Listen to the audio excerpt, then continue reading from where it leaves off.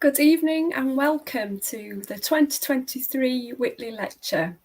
It's really great that you can join us, whether you're joining us live or whether you're listening back. It's fantastic to be with you. And I'm Jodie. I am the Yorkshire Baptist Association Children, Youth and Families Enabler. And I'm part of the Baptist Together Children, Youth and Families Roundtable, and we meet together regularly, and we have representatives from around the country from each of the associations, and we're advocates for everything to do with children, youth and families. And we're really, really blessed tonight to have Linda Hopkins with us, who's leading our lecture this evening. And it's part of who we are, the listening to children and young people as Roundtable. So we're really pleased to be hosting this space tonight. Alongside myself, we'll also have Clare Hooper and Mike Lowe joining the conversation. But let me introduce Linda to you. So Linda Hopkins. Linda's got a degree in youth and community work. She has an MA in reflective practice and applied theology, and is currently completing her doctoral research in contextual theology. Linda's worked in various capacities, and these include a church and community worker with Oasis Youth Ministry, as regional tutor in the North Western Baptist Association, and the Northern Baptist Association with Northern Baptist College, and also as minister at Waterloo United Free Church in Merseyside. That was a joint Baptist and URC church. Linda is a Baptist minister, and Linda has a portfolio ministry, and she's currently working freelance as spiritual director, as a mentor and coach to individuals and church youth groups. You're really welcome, Linda. It's great to have you with us. So as I've already mentioned, a key part of the roundtable is seeking to hear the voice of the child and the young person. And Linda's been seeking to do just that in her fieldwork with different Baptist churches around the significant sacramental practice of communion. And Linda began her research with the premise that she felt often young voices go unheard within our Baptist denomination. So Linda wanted to give voice to young people and to hear their emerging thoughts, their emerging theologies, their expressions of faith, and how they might inform a critique of practice. Linda's key question is, would young people's expressions inform a fresh envisaging of communion as a place for nurturing discipleship within the community of faith? So this year, our Whitley Lecture is going to be interactive. We're going to seek to not only learn from Linda's research and her theological reflections, but also to explore how we can apply them. What's good practice for us in all our different Baptist settings, around the communion table, and also wider in our general practice. So we're really thrilled to have Linda sharing about her journey and her findings.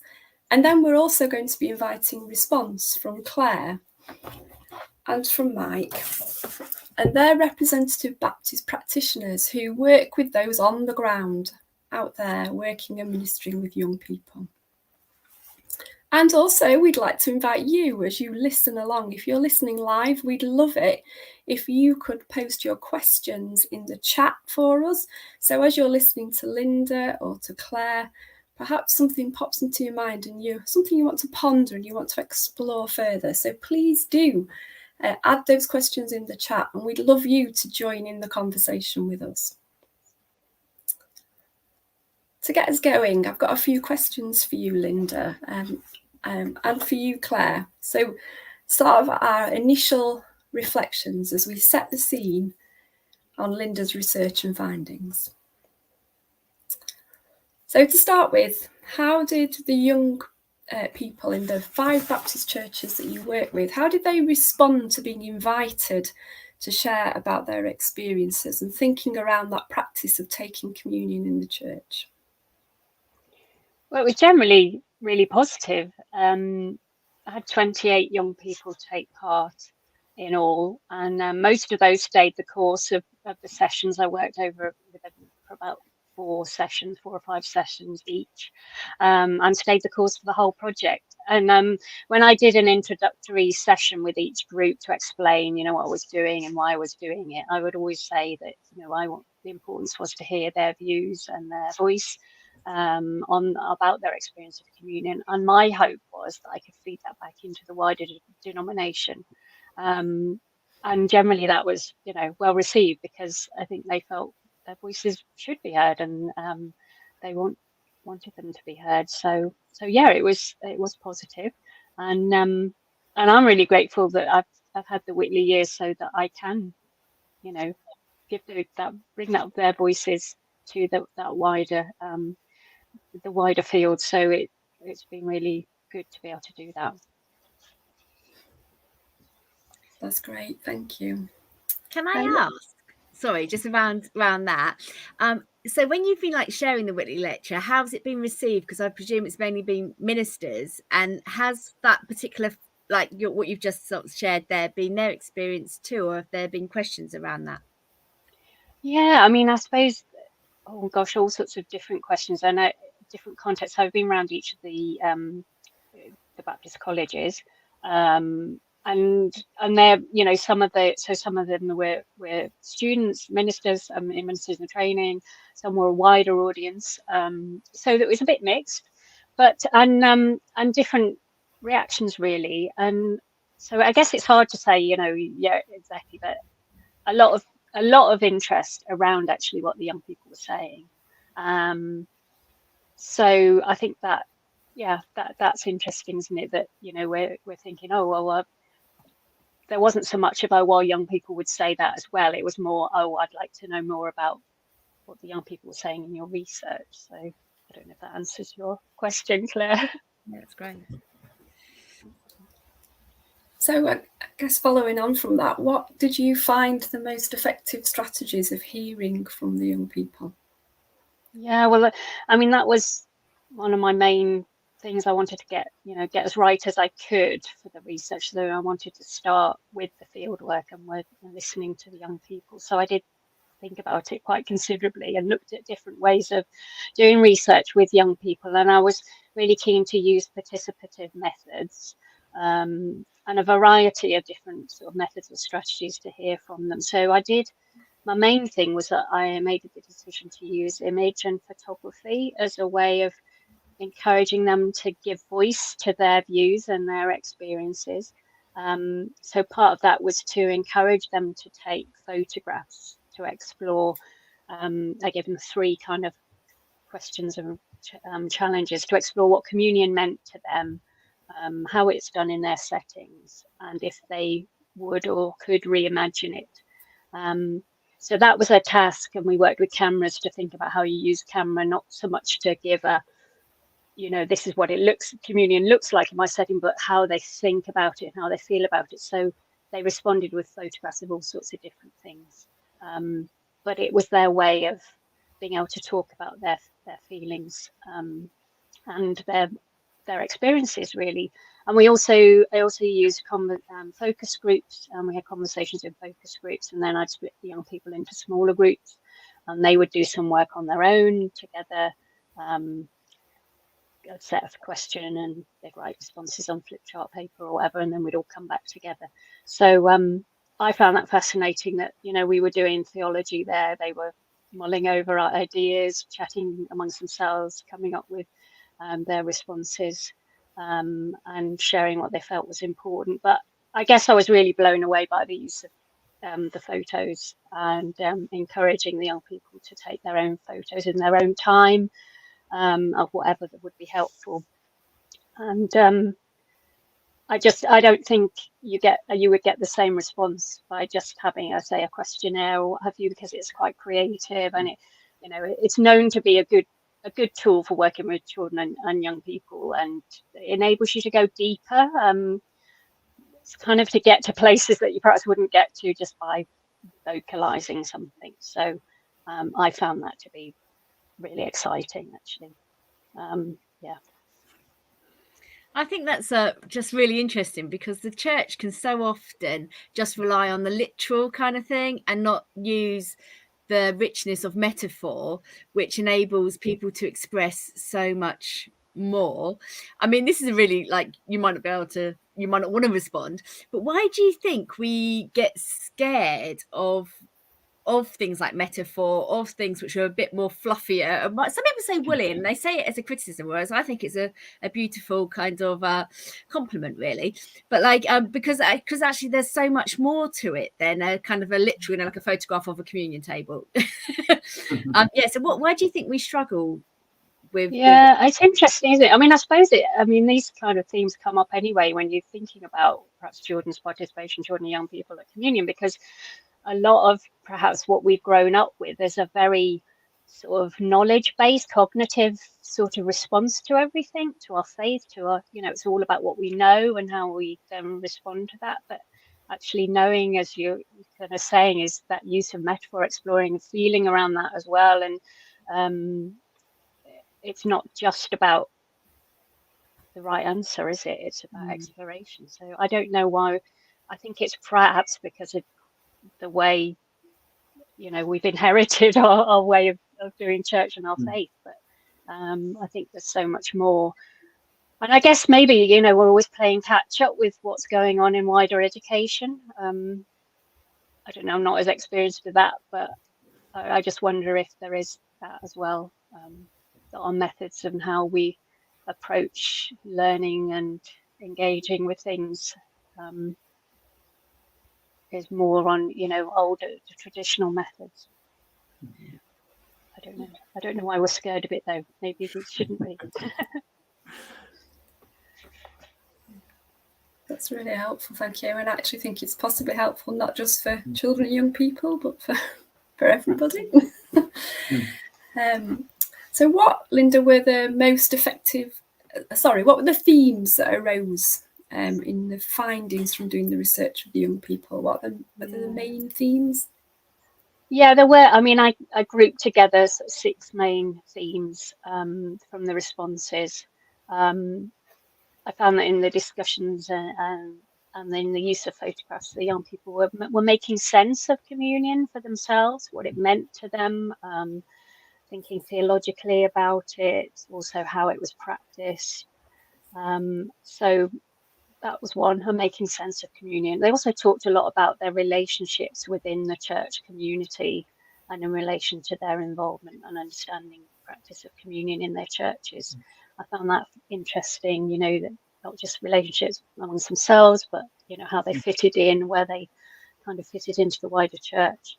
They discussed the environment for communion worship, for example, the use of music and visuals, the way we're seated, who does what, that kind of thing by the environment. And I classed one of the themes was a concern for others, particularly around inclusion, a very hot on inclusion. And this ranged from their discussions about using gluten-free bread and what a non-alcoholic wine, which they, were fascinating conversations in one of the groups around that, where they, said it's horrible, but we should use it if it includes everybody, so that was very important. And also I'm concerned for those on the fringes of their churches, and to make sure that they're included. So I think that came across quite strongly. Another theme I classed was the sort of self, so a sense of making sense of who they were and thinking about their relationship with God and their faith, as they reflected and thought about communion, and they were kind of thinking about their faith and their relationship with God and their church. And then a final theme was reflecting on how they might think about communion being done differently. So what are the factors they might they brought into that? So 6 kind of main areas that came up. And I'm sort of interested there, Linda, because it sounds sort of fascinating. Was there anything particularly refreshing or stood out for you in that research where you heard that voice of the child and you thought, hang on, I hadn't thought of it that way before? Gosh, well, there were probably many, but and lots of really interesting. So, for example, there was one young person did an image. He'd curated this picture of some coins in a kind of semicircle. And that was his response to sort of explaining how he thought communion was in his church. So like the pound coins represented the adults and the 20 pence pieces represented the children, and where they fitted into the whole grand scheme. And that was just a refreshing, you know, and a really insightful kind of reflection from him. But there were some more challenging ones, you know. So there was one young person who kind of took a bit of a sort of step back stance. So in fact, all of the others, I think, talked in the first person about I think she gave a sort of, I think, you know, Christians would do that, you know, as if she was distancing herself a little bit from the looking in at her church responses, and was quite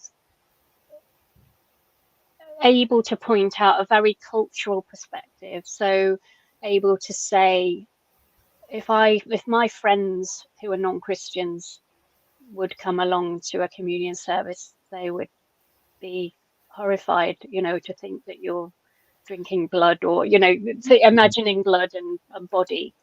And I think that makes you think, oh yeah, well, how are we explaining, you know, what we're doing here and what this is about? And so, you know, there seems to be that ability to sort of help us to step back a little bit and go, well, what are we doing here?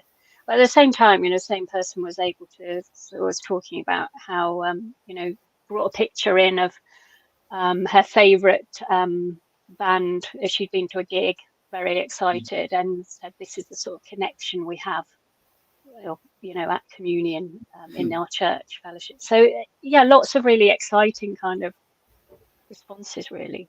And that's interesting going back to the metaphor conversation, isn't it? Because you mentioned two very strong metaphors. So we often, as adults, don't question the main metaphor, which, as you say, to a young person coming in, is quite horrified. Right? So yeah. Plenty of room for thought. Thanks, Linda. Yeah, definitely. I guess I also wonder, Linda, do you think those same themes, those same 6 themes, would have arisen if you were to address those same explorations with adults?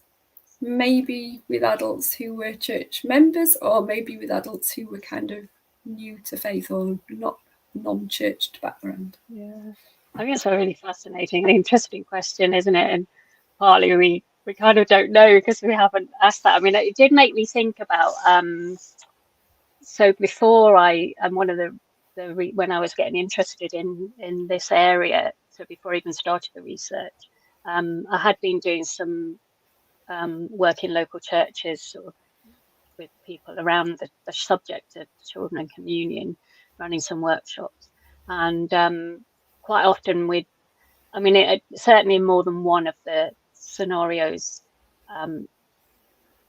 it would be the question around, do we have, you know, should we involve children and young people? And the adults would, they're all adults in the room, that people would be saying, well, you know, do they really understand what's going on, and you know, what's happening? And then you'd have somebody go, oh, but hang on, do we really understand what we're doing? You know, so and that was like a little light bulb moment of, are we putting too high a sort of boundary on other people, and we're not looking at ourselves? So yeah, it's interesting. Maybe they would come up with similar things, because how often do we give people the opportunity to actually chat about and talk about what we're doing, what it means to us, and what important part it is in the life of our church and to our personal faith and all that sort of thing. So I don't know, and I think maybe that's a way forward, actually, because if we're talking about participation and including everyone, then maybe they're the sort of conversations we ought to be having, so that we get an idea of what people think and experience. But I did wonder whether those who, perhaps, as you mentioned, that category of people who are new to church life, maybe that would be more in line, but I don't know. I'd be guessing, really. That's good. But again, we're encouraging reflective practice, aren't we? And not just for those who are leading, but for absolutely everybody involved, aren't we? So a final question before we hear an extract from you, Linda. You write about the possibility of re-envisioning the meal as a space for nurturing faith. I wonder if you can explain a little more about what you mean by space.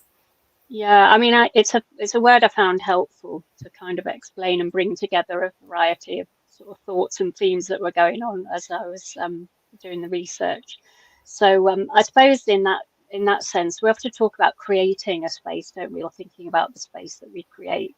For example, last year I went on a training course, and each time we gathered, each month when we'd gather, one particular tutor would always start by saying, "Well, I want us all to think about the space we're creating today, or what space we want to hold together." I think it's quite a well-used word, isn't it? So, but she was talking about, that how we're going to work together. What do we want to get out of that our time together? What sort of an environment are we creating? So I think in that sense that nurturing the space of communion, it is a physical space, but there's so much more going on there. And we talk about, well, maybe we don't talk about it enough, but we curate as worship leaders, we can curate that space and think about, how we set things out and how we do it. So it's kind of that in that sense. But then there's also the sort of conceptual space and bringing themes together and using the word for that as well, recognizing that there's sort of gaps in knowledge, there's different themes that might link together. So I kind of took the liberty of using space for that, and also thinking that we often think and talk about sacred space, and communion is one of those spaces that we might say is a sacred space. So I've used it quite liberally and widely in that sense to bring things together. That's really helpful. Thank you, Linda. So we've given a little bit of the background.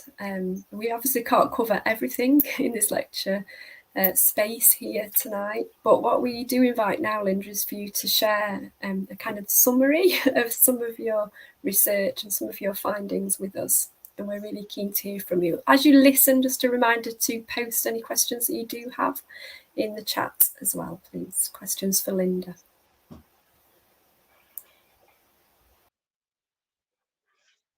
Thank you. Well, the title for tonight's talk is there space for me around this table?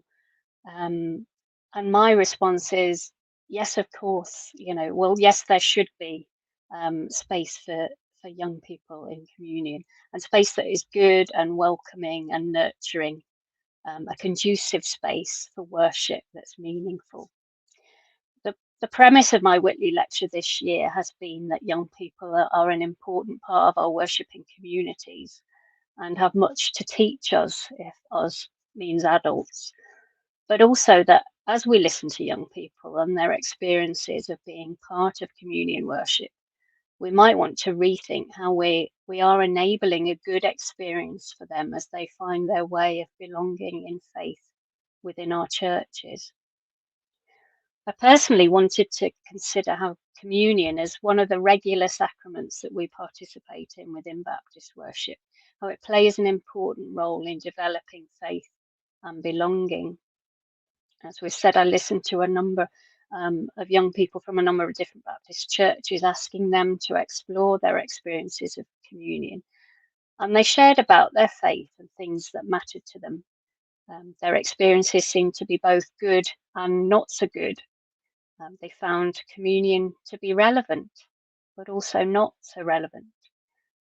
A simple meal to return to with gratitude, or an activity that happens for which there is little choice to participate, or for which participation feels awkward.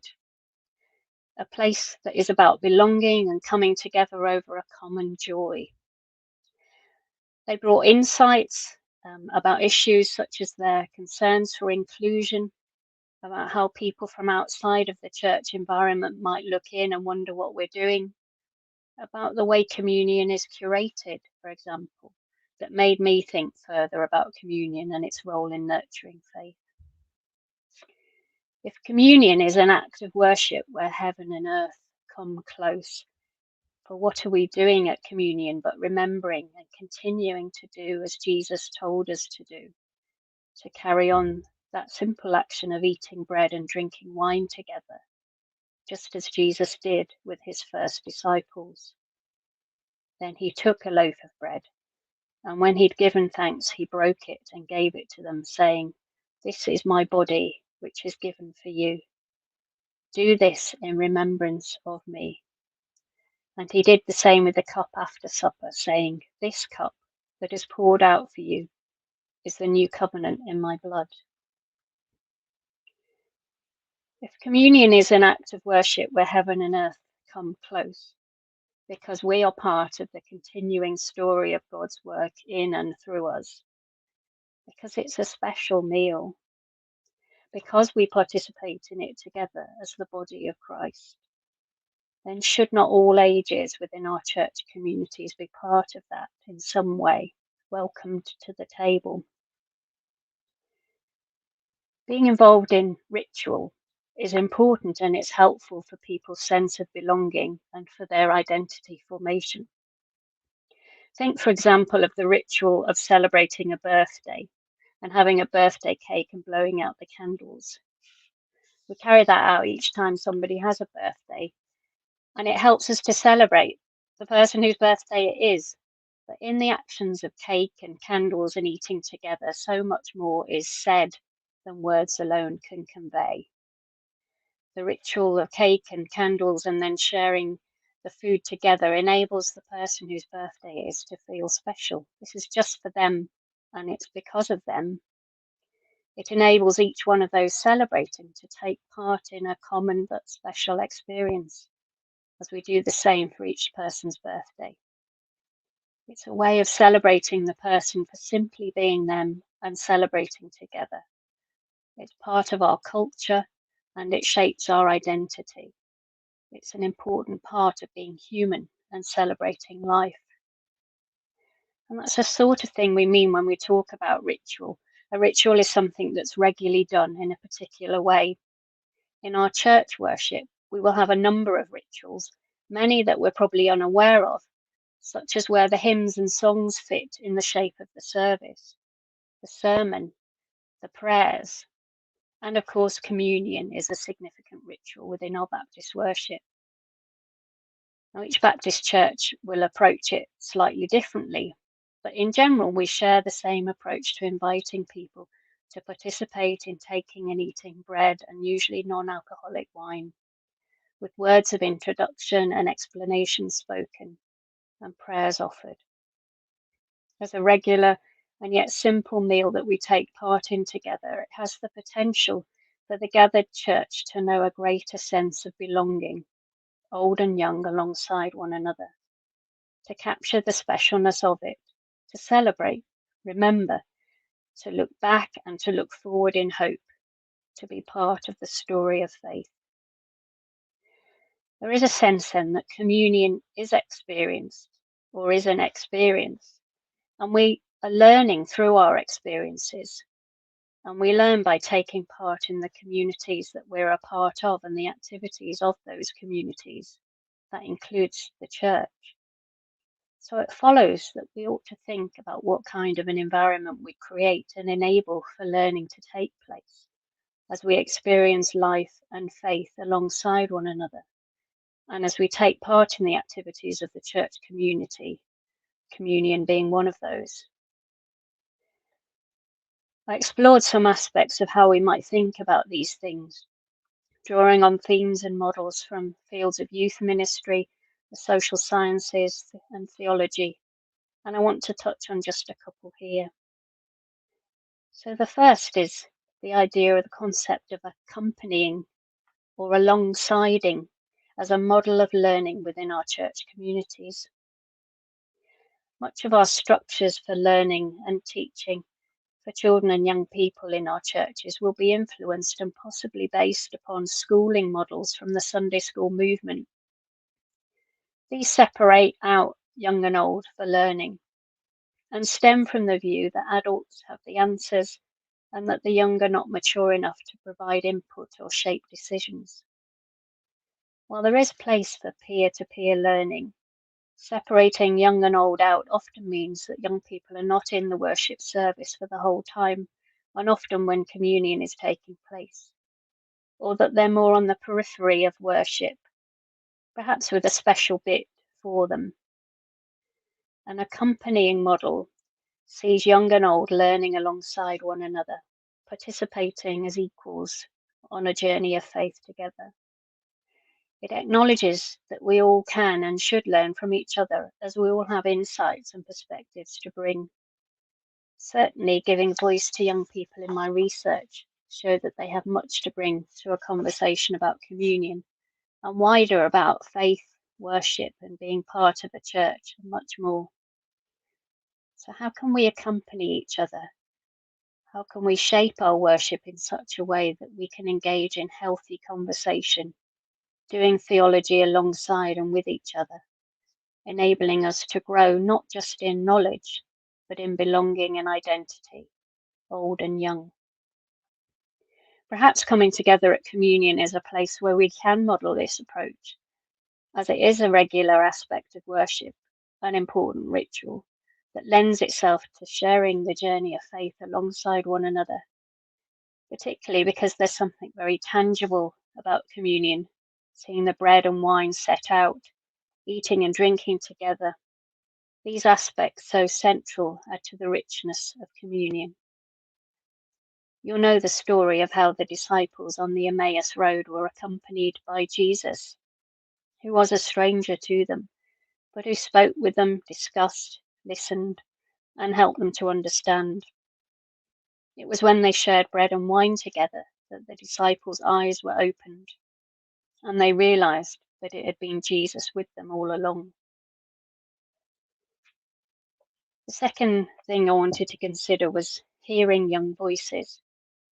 Part of an accompanying or learning alongside approach lends itself to thinking about the importance of hearing from young people, giving voice, hearing their voice, valuing their voice.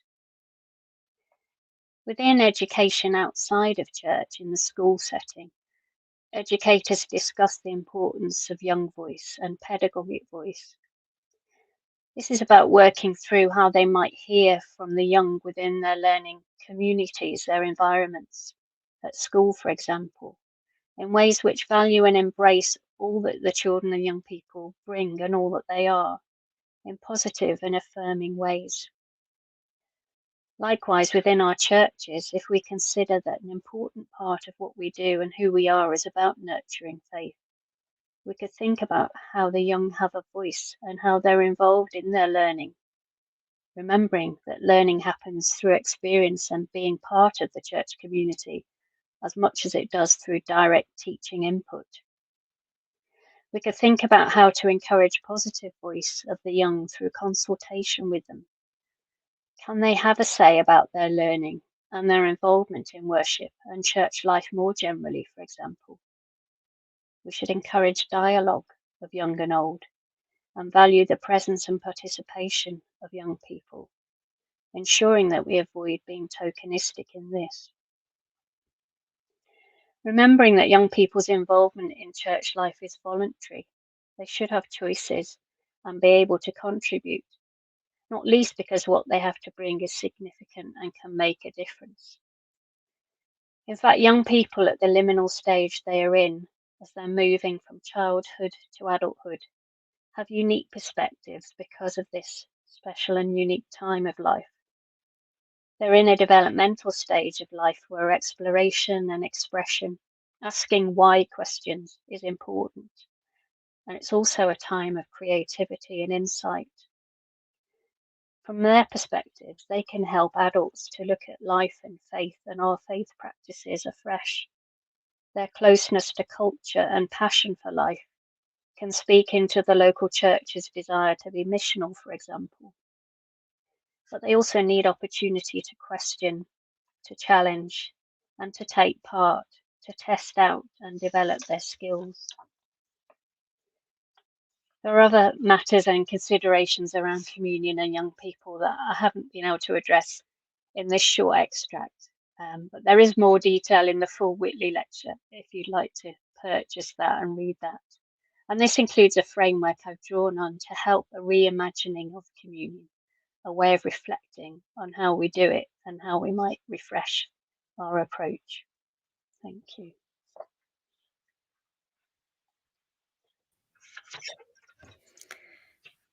Thank you, Linda. And I've had the absolute joy of reading that book, so I thoroughly recommend it. It's a small one, so look, it's not. We can all do this, can't we? It's not too big. And Linda's like spoken about communion, and I'm just going to widen the participation kind of angle a bit more for us in my response. So this is just me speaking as me. I'm trained as a youth worker, and I used to work for the youth service when such a thing existed.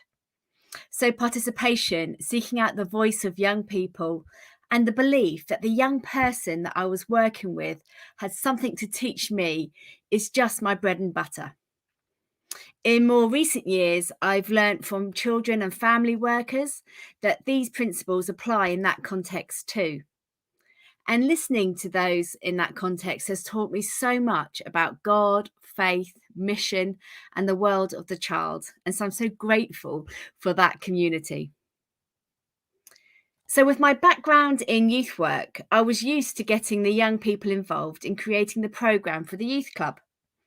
They would help shape the structure and the content. They were involved in the choice of themes and activities.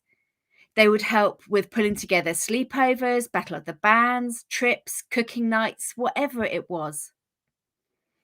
Although we're thinking about it, they weren't always so quick to help with the tidying up bit. I've just sort of kind of remembered that their participation kind of seemed to only go so far.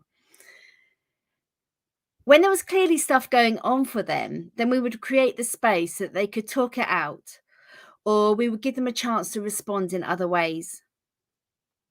Sometimes, though, we would take the lead when we sensed that there was something important that needed kind of their input, or we needed to provoke them in a way and challenge them maybe.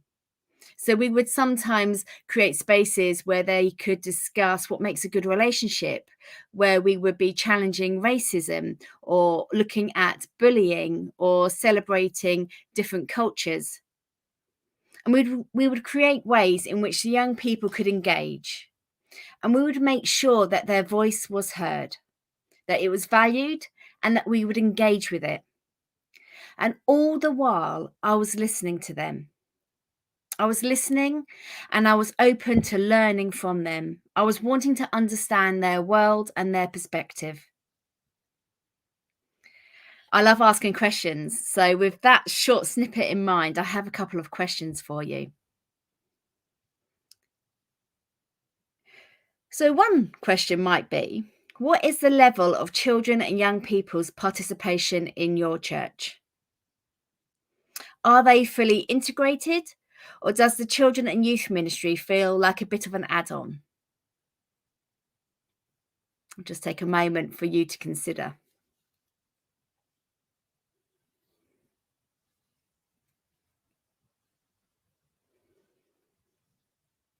Another question, obviously depending on how you responded to that one, could be this.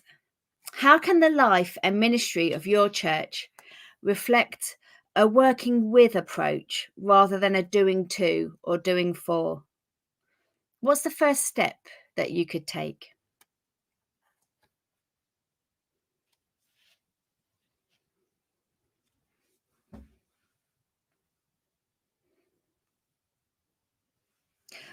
When youth work or play work or family work is your background, then there can be this clash with the church culture.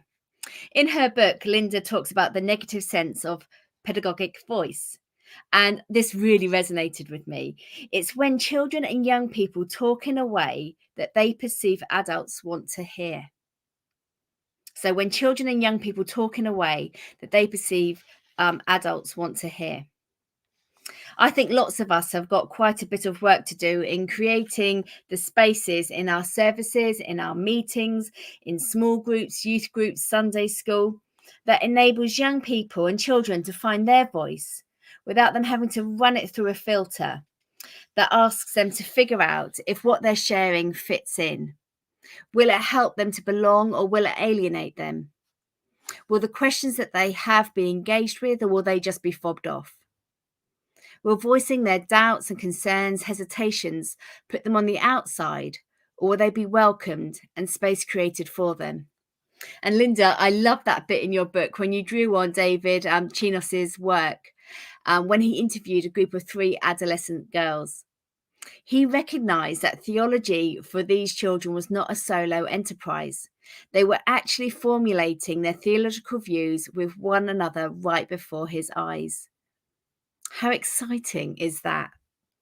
And how relevant for us as Baptists as we seek to discern the mind of Christ together. If we created the right space, these young theologians could teach us so much. So another question, what's the culture like in your church? Is it one where the young people, where one of my young people put it, you're asked what you think and then you're told the right answer? Or is it one where people journey together, or to use Linda's term, an accompanying space?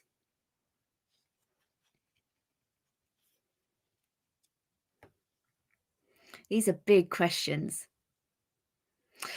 But I really wanted to end my response with in a way that includes the voice of a young person or young people, and to sort of share how much my understanding of God has been enriched by listening to their voice, and seeking to understand their perspective. Rather than just selecting one young person, I want to say how grateful I am. And as I say this, the different people, their images come to my mind. They still move my heart. That they're old now, some of these young people, but their stories stay with you, don't they? I want to say how grateful I am to have worked with the young people that have complicated backgrounds, who have encountered and overcome difficulties, or who have encountered and still live with those difficulties. For those young people that made bad choices again and again and again. For those that got caught up with addiction. For those whose mental health was fragile. These young people made me realise that although the cross is a great leveller and that there is space for them around the communion table, they made me realise that the path to the cross was anything but level. They've taught me so much. I want to include the voice of the young lad who had never heard about Jesus, let alone the gospel. When he asked me why Jesus died on the cross and I dutifully explained, he just looked at me quizzically and kept asking why until I found myself explaining the sacrificial system of the Old Testament. I thought surely the good news is simpler than this. The questions of that lad caused me to think again about salvation and gave me a richer understanding of the cross. He taught me so much. The participation of the brave teenage mum whose story gave birth to the bringer of justice. The voice of the reckless young fisherman whose actions have given us all hope. And the presence of the generous child whose offering fed more than he could ever have dreamt of. I wonder what the impact of the children in our churches and communities could make to our stories if we created space for them to participate in the greatest story of all.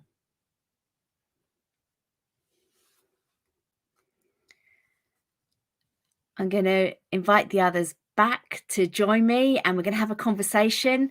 We're freestyling this bit a little bit. Jodie's going to help us, keep us in order, but we'll see how it goes. Okay. Thank you so much, Linda, for sharing a tiny part of your research with us, and Claire for responding.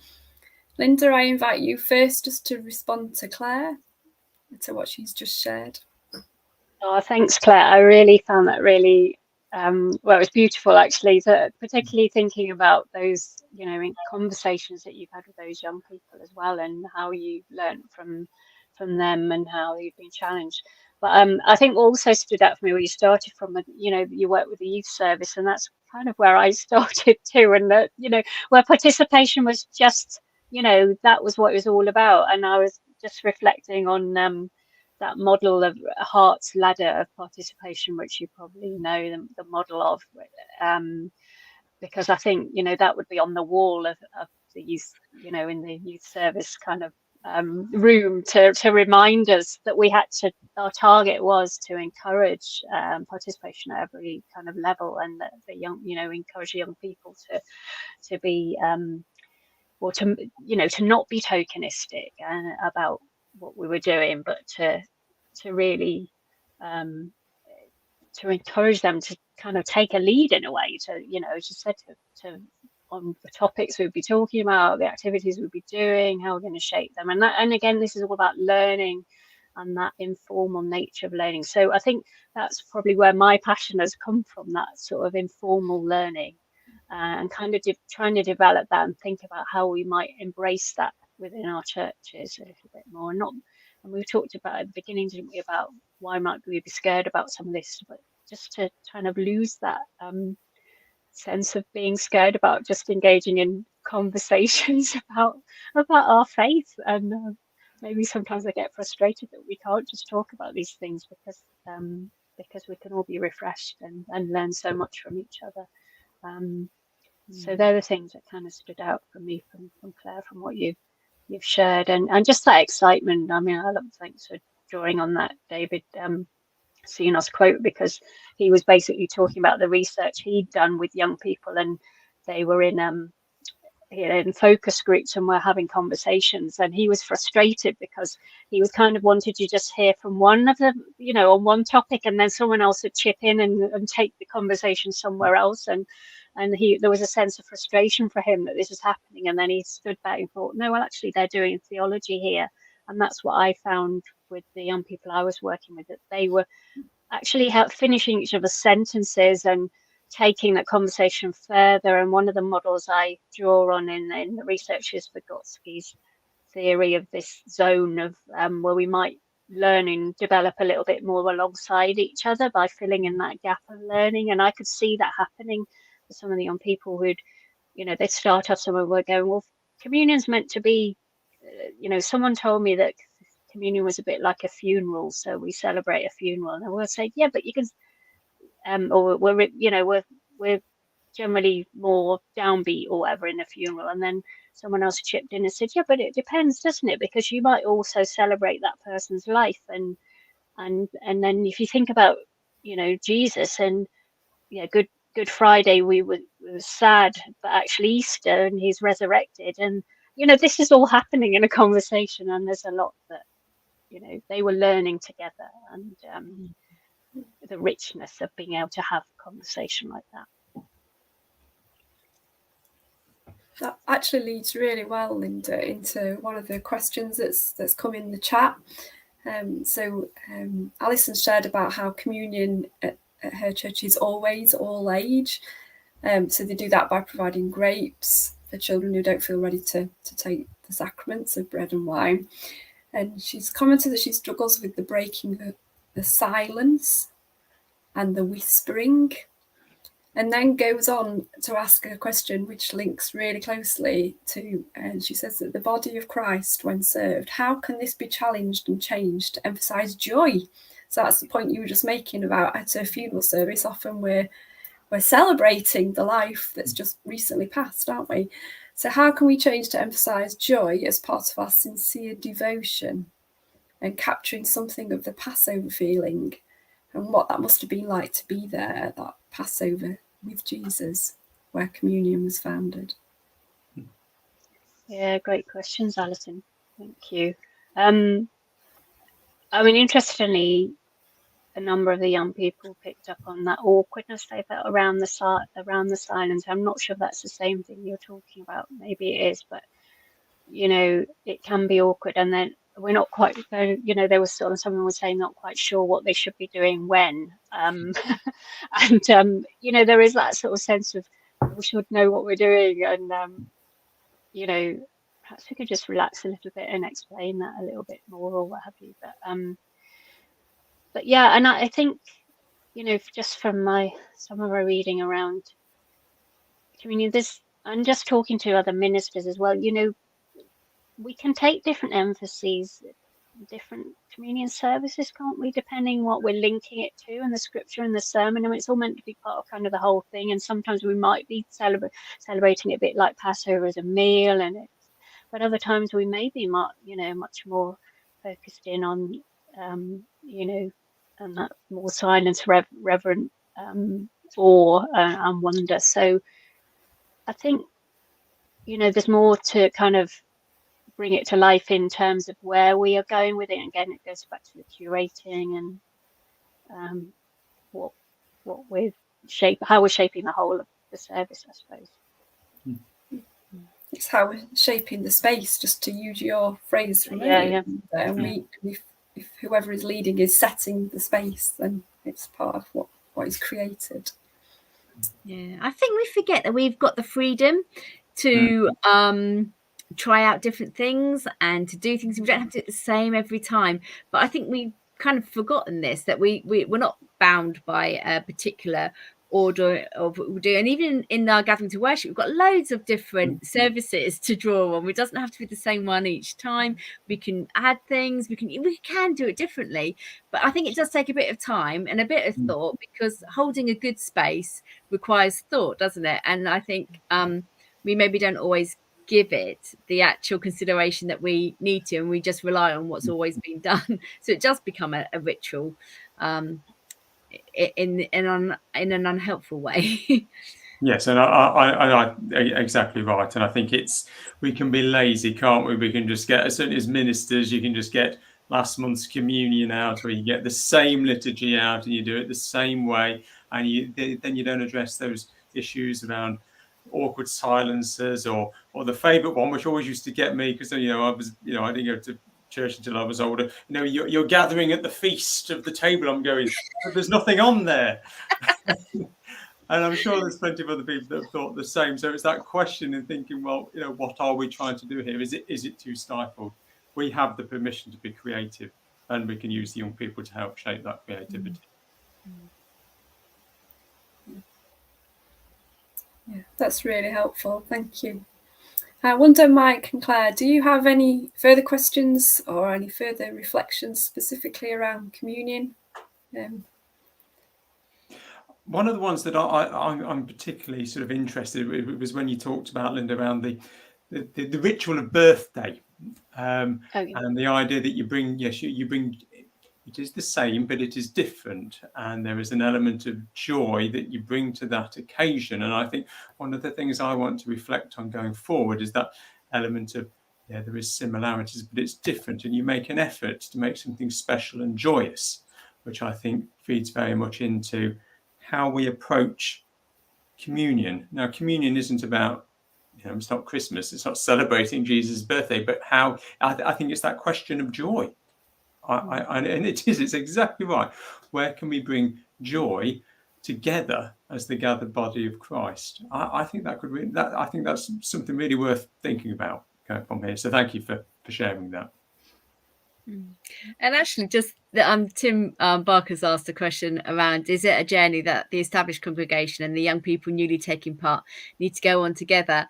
And actually, I think your painting in the background, Mike, is really beautiful in that sense of that journey of accompanying together. And actually, it's a story, communion is a story of remembering together.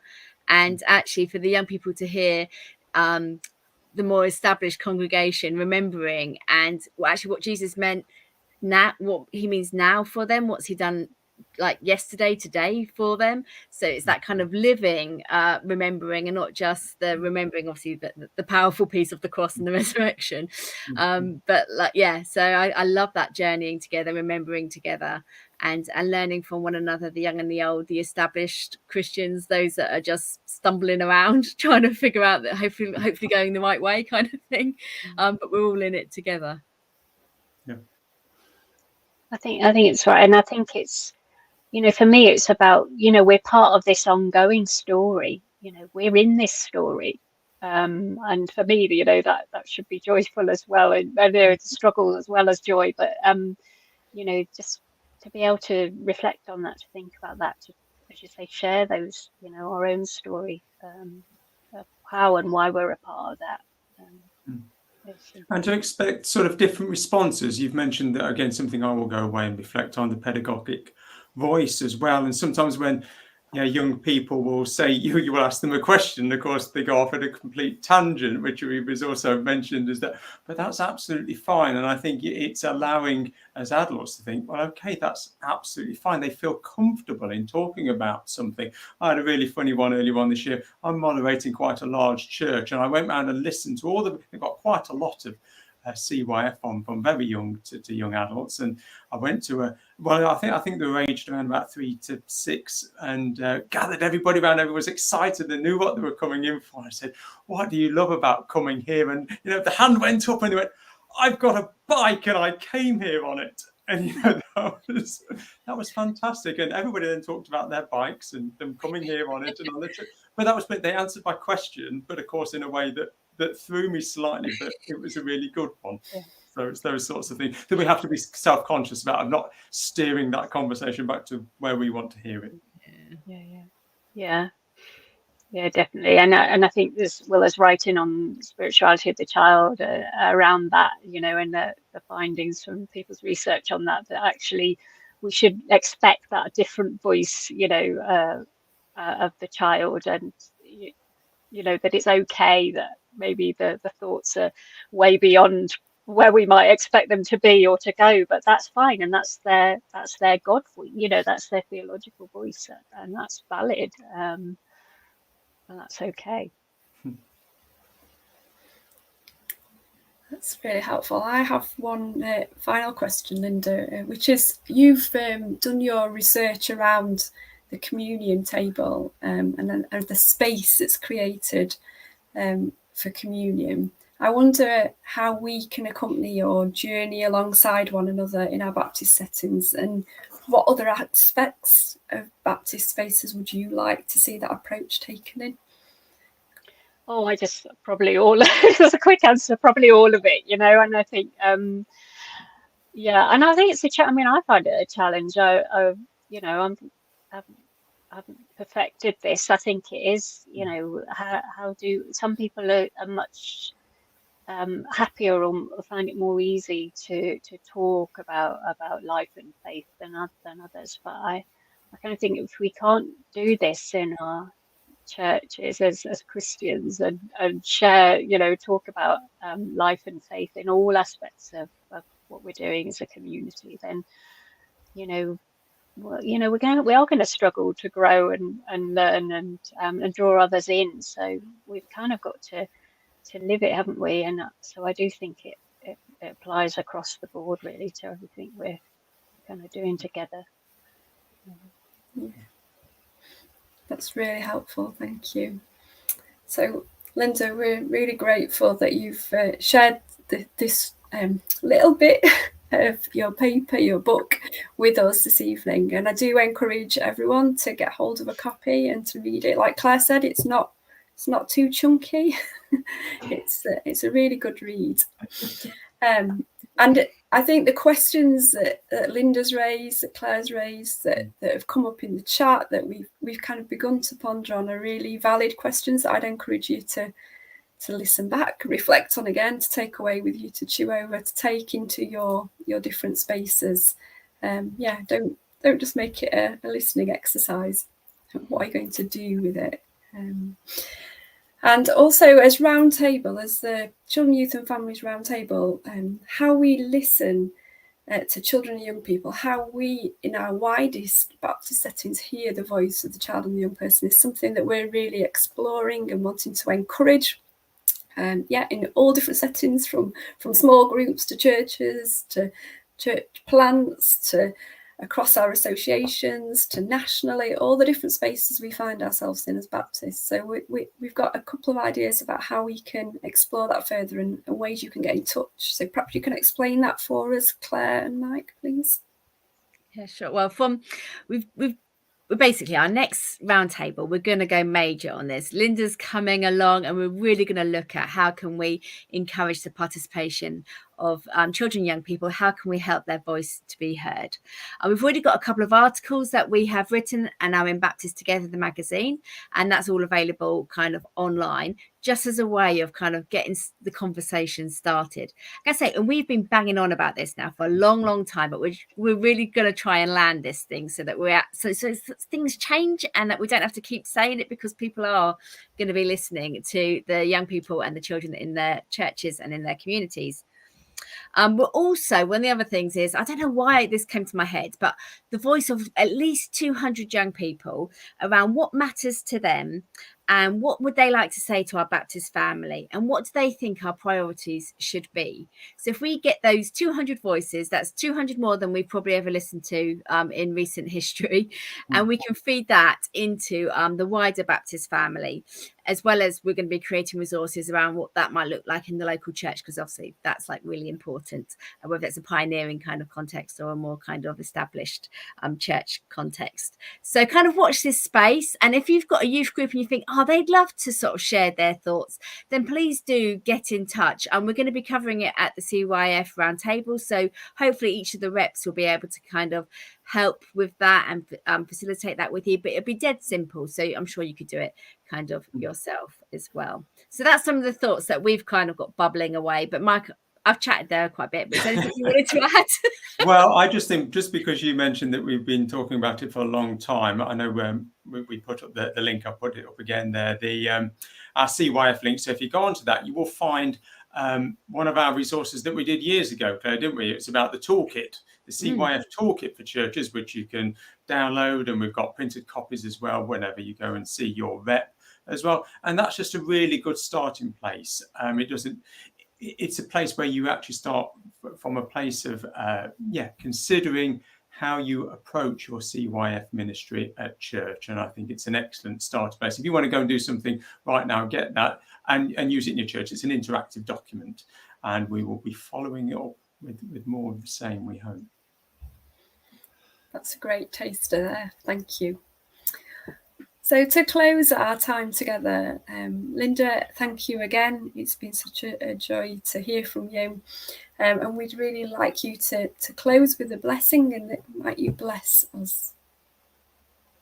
Thank you. I'm going to use a blessing somebody else has written. This is from Jan Richardson from The Best Supper. And it says, and the table will be wide. And the table will be wide. And the welcome will be wide, and the arms will open wide to gather us in, and our hearts will open wide to receive, and we will come as children who trust there is enough, and we will come unhindered and free, and our aching will be met with bread, and our sorrow will be met with wine. And we will open our hands to the feast without shame, and we will turn toward each other without fear, and we will give up our appetite for despair, and we will taste and know of delight, and we will become bread for a hungering world, and we will become drink for those who thirst, and the blessed will become the blessing, and everywhere will be the feast. Amen. Amen.